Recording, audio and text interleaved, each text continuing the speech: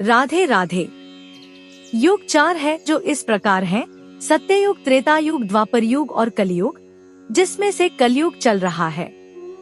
लेकिन क्या आप जानते हैं कि यह कलयुग एक ऋषि के श्राप के कारण फलीभूत हुआ है? आइए जानते हैं कि वह कौन से ऋषि हैं जिनके श्राप के कारण कलयुग आया और उन्होंने यह श्राप क्यों दिया। हिंदू धर्म में प्राचीन काल से ही ऋषि मुनियों का विशेष महत्व रहा है।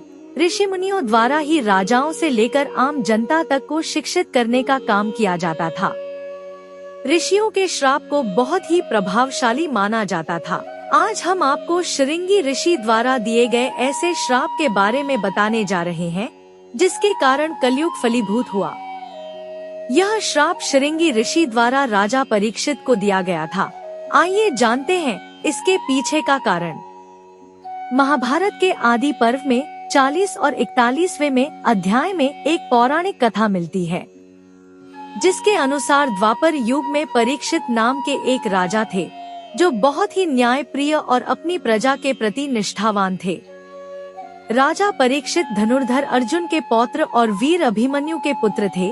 वह एक बार जंगल में शिकार करने गए, जहां उन्होंने शमीक ऋषि मौन अवस्था में ध्यान कर रहे थे।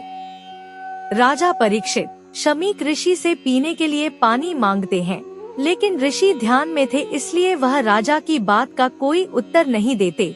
राजा परीक्षित के सिर पर स्वर्ण मुकुट पर विराजमान कलयुग के प्रभाव से राजा ने इस अपना अपमान समझा।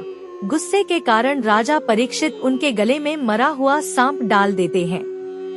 जब इस बात का पता शमीक ऋषि के पुत्र शृंगी ऋषि को लगता है तो वह क्रोध में आकर राजा परीक्षित को श्राप दे देते हैं। अपने पिता के अपमान पर ऋषि शृंगी राजा परीक्षित को यह श्राप देते हैं कि 7 दिन में नागराज तक्षक उन्हें डस लेगा और उनकी मृत्यु हो जाएगी।